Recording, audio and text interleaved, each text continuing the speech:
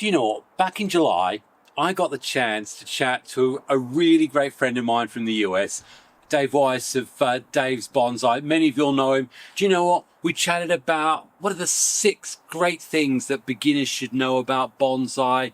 How do we get started? We talked about stuff from fertilizing, from issues we've faced, all sorts of stuff.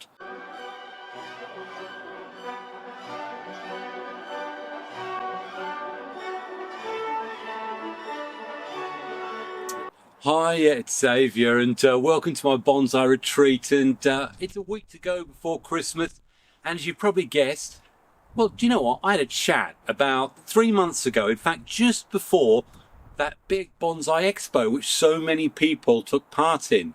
And I asked all those common questions of both myself and Dave. You know, what is the biggest lessons you've learned in bonsai? What are the things that make you want to do bonsai? What are 6 great tips for a beginner wanting to get better or learn the basics of bonsai? And Dave and I chatted about it. I think Dave is probably my equivalent in the US. Yes, I'm more handsome. Yes, I'm funnier. And yes, I have a lot more trees. But do you know what? We are both about community. That's our number one aim, our number one goal. And that's what keeps our channels going. And I think probably the best way of kicking this off is to start off with me and say, Zav, how did you get started in bonsai? Bonsai actually started for me by accident. Just working on this silver birch right now, Dave. But and as you can see, there's quite a lot missing. But yeah, I found a friend who had probably about 8 or 9 trees. And I absolutely loved how they looked. So before you knew it, I'd met someone in Maidstone, and next thing you know, I had this Japanese white pine, which many have seen, a Korean hornbeam. There's some aphids on there. We have to give this a spray, I think, Dave. Definitely. We don't want them eating up all these leaves. Yeah, those aphids can sure be a problem. Got to keep up on those, my friend Zave. And yeah. The rest is history. Started off with 8, and now I've got over 700. Wow. Well, you know, I can relate a little bit to 800 trees. I'm sure I said 700, but thinking about it in exchange rates, I suppose 700 UK trees equates to 800 US. It's about right, isn't it, Dave? Anyway, keep on going, mate. Which is why now I'm putting some fertilizer in this bag. Just uses the Miracle-Gro. One of the things that's kind of a every time I water situation now, when I water with the hose, I put some Miracle-Gro in here, add some water, and then the hose attaches right here. We'll show it to you later. So what about you, Dave? And by the way, I like your watering stance. Good grip. We'll see more of that grip later, I think. Oh, how did I get started in bonsai? Oh my gosh, I haven't been asked that question in a long, long time. But there is an answer, and we need a ladder for it. Fat ladder. Fat ladder away. Yeah, it was back in the very early 90s, I think 1991. I was freshly out of college, and I, like many other people who saw a pretty cool tree on the Karate Kid years ago, saw this juniper at a nursery store in the pot, kind of shaped kind of cool, and yeah, let's get it. And it died. Within 6 months, I died. I spritzed it, and yeah, I didn't know anything. The internet wasn't what it was today. I didn't know there was a club yet. And I was living with my 2 brothers, and we were just 3 bachelors brothering it up, and I didn't know what I was doing. He scares me, man. He just scares me. Then I moved into this house, and I think it was about 2015, I climbed up a ladder to find out, well, there was something up there that was pretty cool. Yep, that's right. This is how my current passion of bonsai began. Back in about 2015, I was cleaning out the gutters of my house, and lo and behold, I had a beautiful forest bonsai in the making. Yeah, it was a clump of 3, 4, 5 maple trees from the neighbor's tree. And like this forest, well, twin trunk at the moment, I just looked at that and said like, oh, look at the bonsai. Oh my gosh. The rest is history, y'all.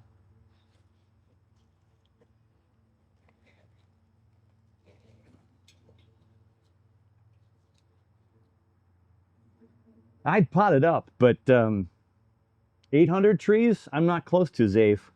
But I do have a lot. Too many. I probably have 150 trees, but nowhere near 800. Now here's a question, Zave, I like to ask everybody. Tell me about your microclimate. Because across the pond, I'd imagine you're quite different than what I got here. And I think that's a pretty good question actually, because microclimate certainly is probably one of the single biggest factors when it comes to whether it's growing Chinese elms, whether it's growing anything really. Here in Grantham, well, I don't know if you can hear it, but we have got wind. Well, the washing's going everywhere. In fact, the washing has gone everywhere. I better go collect that. But yeah, we get loads and loads of wind, and it's the UK, so we get an awful lot of rain. And as a result of that, we'll find that within our soil type, we will also get loads and loads of weeds and that horrible algae moss. Really disgusting. And we've got to stay on top of that. But yeah, so for us, wind and rain. And every now and then, if we're really lucky, we just might, have a day or two where it gets above 25 degrees. Yeah, although we've had, this year 4 really great hot spells, weather temperature getting up to sort of 28, 30 degrees, statistically, through January, we probably get our lows down to about 1 degree C. And, well, dare I say it, middle of summer, July time, probably our averages aren't much more than about 22 degrees. So, as you can see, we're going to struggle if it comes to things like junipers or indeed olives. But what about you, Dave? Y'all, I don't know what you've heard about Minnesota, but Minnesota in the central upper Midwest, we call it, of the United States of America, is a pretty beautiful place to live. As a matter of fact, in a recent poll, it just ranked in the top 5 best states to live in. And we just have we have 4 seasons. And even though the joke is we have 2, winter and road construction. What? Sorry, Dave, straight over my head. That's definitely an example of the US humour. But I did do a little bit of research, and apparently you're right. What is it, November through to about April, you have these long winters, and then after that, you've got the old municipal departments hammering it out with traffic and roadworks and everything right through the fall and the summer period. So, yeah, okay, I get you on that. The weather here is absolutely stunning a good chunk of the time. Winters have shrunk, but we have a lot of humidity in the summertime. It's pretty dry and cold in the winter. We have a lot of trees that can go into cold frames or just stay outside if you do a local variety. And tropicals, of course, go inside. And even wind isn't a factor in my microclimate, because even though it's windy in the western parts of the state where there's real flat areas and the wind just comes on in, I'm kind of in a sunken area in my neighborhood. My yard goes down a little bit, and the wind can be whipping up in the treetops. And down in here in my little cove, I don't get that much wind to dry out my trees. So, you can't stress enough really knowing your microclimate. How much sun, how much shade. Right now, we still have morning shade right here by all the trees, but the sun is just right there peeking in the edge of that fence line, and it's gonna have a lot of sun later in the day.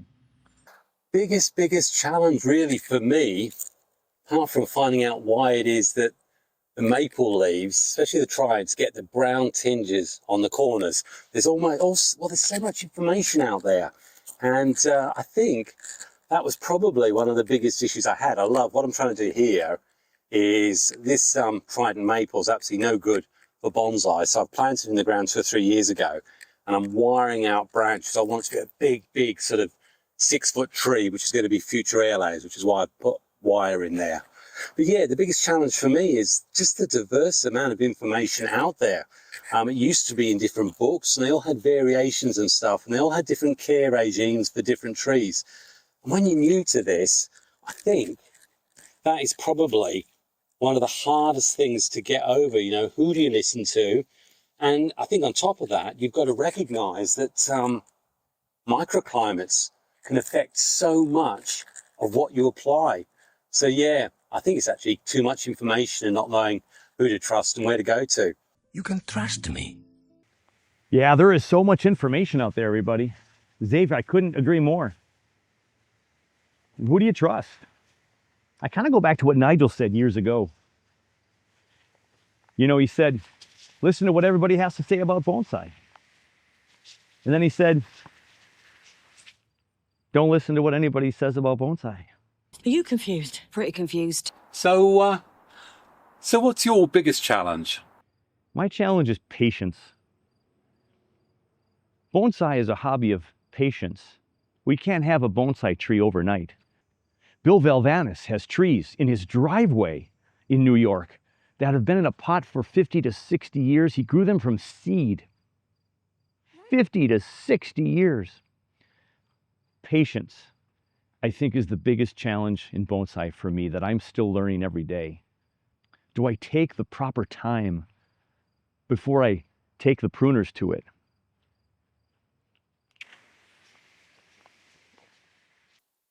In terms of success, well, probably there's two things that have been most successful.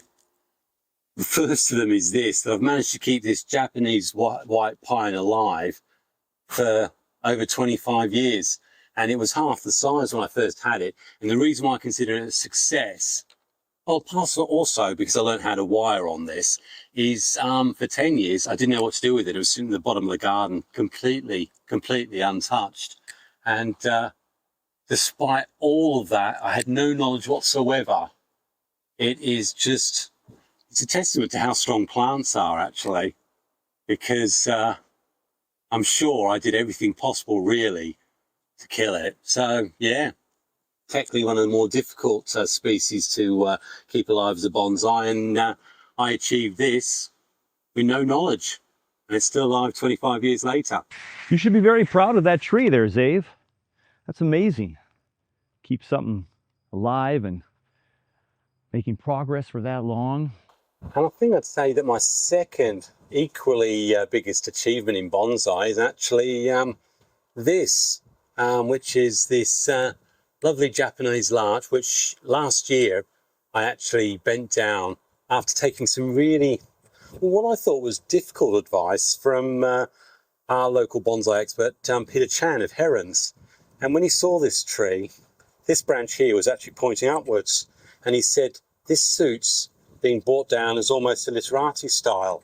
So that's what I did, and it's worked out beautifully. So I suppose I've learned the lesson there, that it's something I didn't think I could do, and indeed I've achieved that, and gee, that looks wonderful. I'm so glad I did.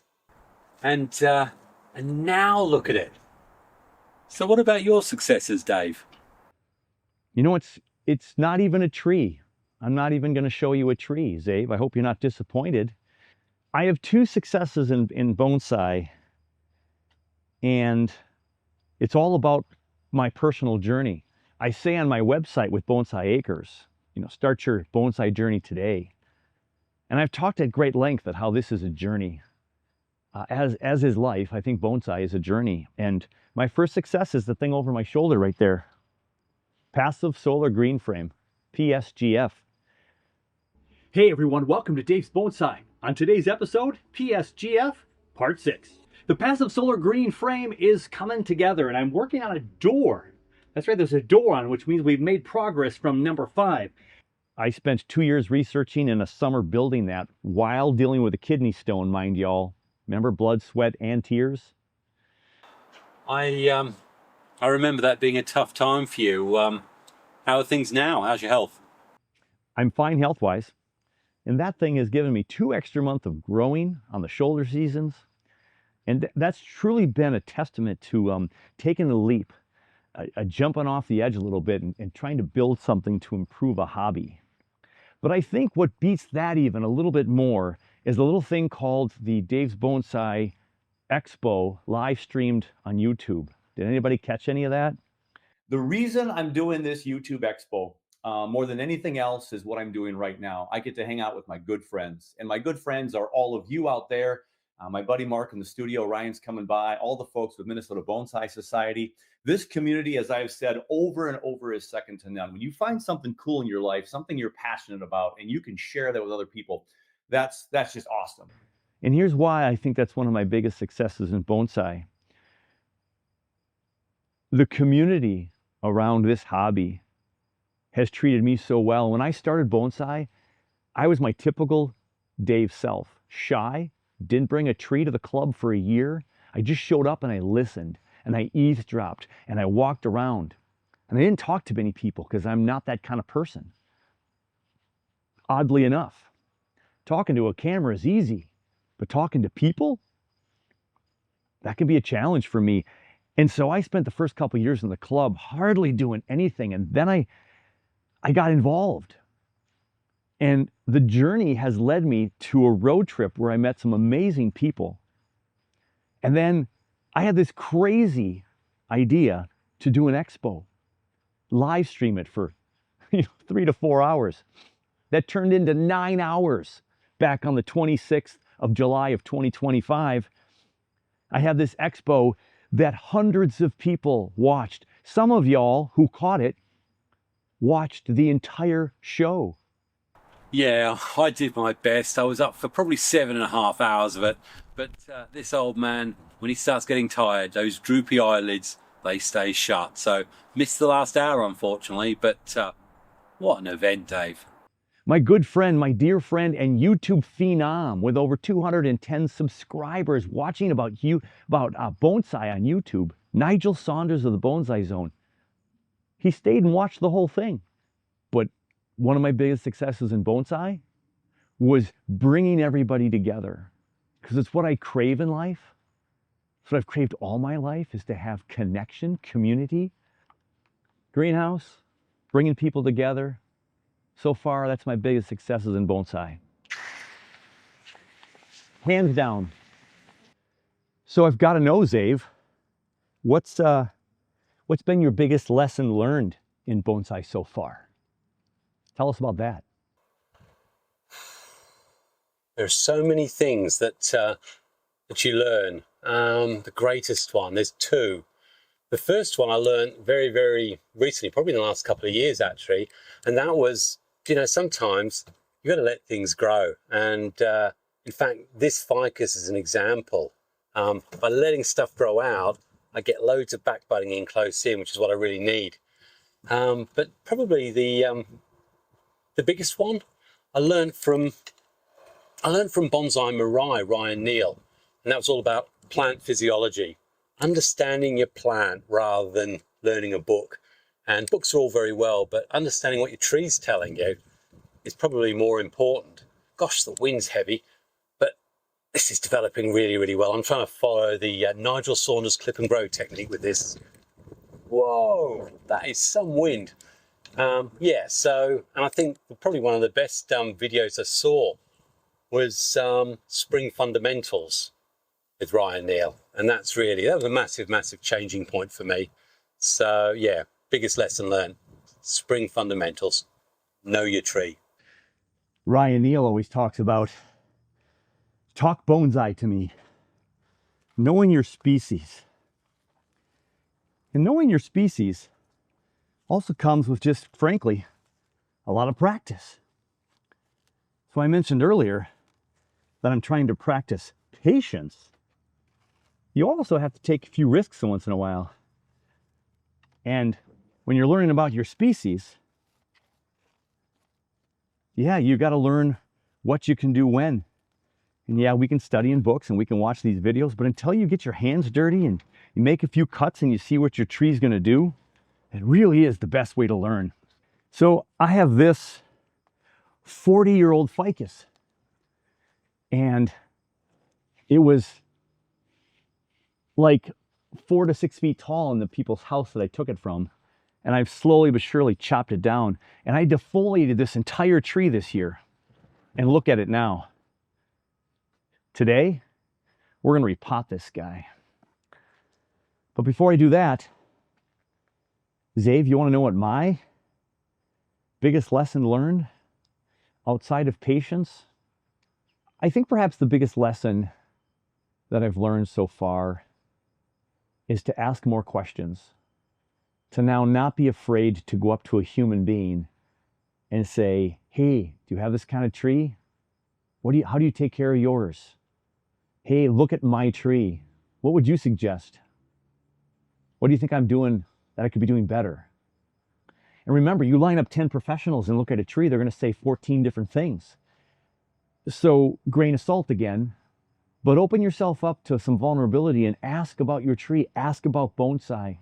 I think being a part of a club or part of a community, like even this YouTube community, is huge, crucial. You know, the endless job of weeding is, well, it's endless. Zave, what's your favorite species? Do you have one? People talk about just loving the one you're working on right now, like this amber maple. I love you, amber maple, and I'm gonna treat you the best, like you're my best favorite ever. You do that every time you put a tree in front of you, but Zave, do you have a species that tickles your fancy the most? I mean, I've got majority larches in my collection, and I love these because, you know, you get 3 opportunities to do ramification on them just by going back to buds. So I find these really, really good. But much though I love them, there's actually one other tree that I think is probably the king of all bonsais, especially for the beginner or enthusiast. Let me show it to you. I mean, it's really got to be the Chinese elm. Take cuttings, wire your cuttings, grow your cuttings, and before you know it, you've got these great big cascade bonsai. I think also they're so versatile. I've got something here, which is, again, it was from a cutting, and it's now 4 years on as a root over rock. I've got 7 of those. a dead cork bark elm trunk. I did my first ever tanuki on that. It sounds like someone's doing a tanuki right now in the background, and wrapped a Chinese elm whip round it. So absolutely incredible. My goodness me, you can't see that, but there are some big, big storm clouds coming. Summer must be over. But what about you, Dave? They're all my... cut. Take 2. I love the larch tree. There's a ton of them in Minnesota, the larch bogs of northern Minnesota, and they turn that brilliant gold in the fall, lose all their needles, and you start fresh the next year.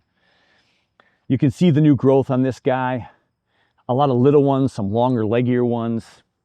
You can pinch these, clean out the needles, cut them off 2, 3, sometimes 4 times in a growing season. And with my PSGF, I'm plucking my first bit of needles and trimming mine before most people are even seeing theirs open up. I love the way they look. I love the soft needles on these. The color changes throughout the season.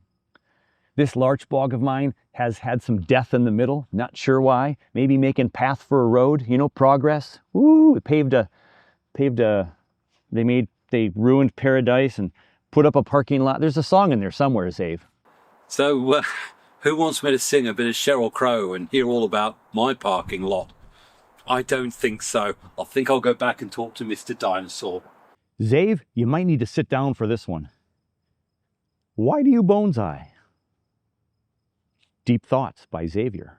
2 reasons, really. I've got a neighbour who's got the most incredible Japanese maple, and I think it's the creativity and the opportunity in different places which you wouldn't expect to actually get some bonsai. I mean, I'm going to put a couple of air layers, I think, on here in a minute. But I think the real reason I did it, or I find it so helpful, is, dare I say it, mental health. I've had really high, stressful jobs all through my life. I've also dealt with 3 or 4 tragedies in the family. I was a carer for my wife before she died, father and mother. And this bonsai has been the way that I've got through it. I've got stronger. You know, I'll tell you what else is getting stronger. Those blasted woolly aphids. They absolutely adore apple, woolly aphids. You've got to be on them like a ton of bricks. But this is a memorial tree to my late wife, grown from a pip. She never did want me to bonsai it, but I suppose I got the last laugh, really. But yeah, mental health keeps me busy, keeps me off the streets. Xavier, I think your answer rings true for a lot of people. And I think it changes for people in their bonsai journey, why they bonsai. Maybe why they started is not why they still do it, and so on and so forth. And I do it for similar reasons, I think, as a lot of people, including yourself. You know, it's helped me get through personal things in my life. It's therapy. When you can just sit with a tree and work on it and the rest of the world just shuts off, that's huge. Now, there's a caution to that. You can't just escape into bonsai long term for hours on end and lose that balance of hobby and family, work, life. So there's a balance there. But why do I bonsai? Right now, I bonsai to be a part of this amazing community of support and compassion for a hobby that really can be kind of crazy. We're humans. Most of us are not wired to be alone. And the connection I feel with this group just through this camera, and then those that I start to meet in person over the last few years in my club across the country, hopefully around the world in the future. That's why I bonsai. It's a community that I've looked for all my life. And it took me till my 40s to find it. And Zave, I know that's really serious and you're a goofball, so I also do bonsai just so I can, will be near the vast knowledge and humor that you share and share with all of us. Thanks for doing that. It makes us all laugh. Goofball? I don't think I've ever been called one of those before. Is that a good thing? Hey, Zave, if you had some tips for those beginners, what would be like, 2, maybe 3 tips that you would, someone just wants to get into bonsai, what would you say to them? You all need to get a life! Do you know what? Know why it is you enjoy or are doing this hobby. You know, whether it be you're doing it for money, whether you're doing it to stay busy, whether you're doing it for a love of trees. I think it's important to understand, why exactly you're doing something, because from there, you have the motivation to keep going. But the second biggest tip is don't be afraid to ask questions. Always seek more answers. The more you learn, the more you know about your species, and like this, the Japanese maple, understanding how it will respond if you do prune off this tip here in June, or if you prune a tip off in December, whatever, understand the physiology. And I think that goes back to a question I answered earlier about spring fundamentals and understanding the physiology of a tree. So definitely know your tree. And I think the third biggest tip, don't be afraid to experiment. Try new species. You know, you're going to be limited by what you can grow in your microclimate. We've talked about that as well. But, you know, whether it's to try wiring something for the first time, or, I mean, people who know me know that junipers for me is a bit of a challenge. So this year I'm doing loads of junipers. I don't find them my natural love, but I'm growing to love them. So yeah, challenge yourself. Don't be afraid to try new things. Probably the 3 tips. First one was know yourself, wasn't it? And why you're doing it. Definitely helps. If you have one, I would definitely say join a club and get to know the people that have been doing this for years, sometimes decades. And if there isn't a club in your area, you know, stay tuned. YouTube, more to come. Expo 2027, 2028. Don't just get one tree. Even in the beginning, get 3 or 4. But with those 3 or 4 trees, learn about them and know how to keep them alive. And people ask me all the time about what soil to buy and all this kind of stuff. And I always tell them this: you have to know how to keep your tree alive with whatever soil you use. Is it a bag of marbles? What? Marbles? Or is it the $10, $15 bag at the local nursery store? Or is it soil from Dave, from Bonsai Acres? You have to learn how that soil treats your tree. How fast does it dry out? Are you using smalls, mediums, bigs? So learning how to water your tree is probably one of the biggest tips to keep your tree alive. And I think I went to tip 3 there without even thinking about it. But when you have more than one tree, then you can hopefully work on your trees throughout the year, because if you get hooked at all in this craft, you're going to want to work on your tree and make it look better all the time. And the more you keep stressing out that tree by nipping and tucking and repotting and styling and wiring, and oh my gosh, you're going to love your tree to death. So have a couple, even if it's the same species, but spread out the work a little bit. And just understand that it's going to be a commitment. I joke in my MBS club workshops that it's like having a dog, you know, a pet or a child. Yet you don't just ignore them one day. You don't go on vacation and hope they're going to be okay, especially when they're 1 and 2 years old, and even when they're teenagers. Or in their 30s. They never stop needing feeding, and do they ever leave home? And if I were to say a 4th tip, you're going to learn by doing. So besides the reading, besides the YouTubing, besides the workshops, besides all of those things, cut a tree. Cut a tree and see how it reacts. If I take this tiger bark ficus and I lop off this entire top, did I kill the tree, or do I get a really cool branch out here on the outside of this curve? There's some fun trees to be had out there. Jump in. Hey, thanks, Dave. You know, no one has asked me these questions yet. Well, I think that pretty well wraps things up. I know it's been a bit of a long video, but look, I've got to say a big thank you to Dave Weiss across the pond, who I know, he's had a busy, tough year. I mean, the Bonsai Expo, he's got Bonsai Acres. If you don't know what that is, look, there's a sneak preview video. In fact, I'll put a link in the description. He's doing some wonderful stuff out there. I think he's doing classes and all sorts. And hey, if you haven't seen his channel, I'll be surprised. But make sure you pop in and say hi and mention I sent you. Along the way, we've chatted a bit. Hopefully, you've picked up some interesting points, and if anything at all, you've had a bit of a laugh with us both.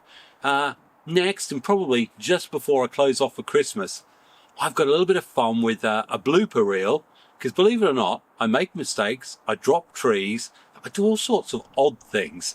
We're going to see those next, along with all the wonderful photographs that I still haven't put up from 2025. So we've got your subscriber pictures, and well, we might even just show that thread graft, or at least why we won't be doing that thread graft. Anyway, there's a fantastic video to watch. Apart from that, happy bonsai and God bless.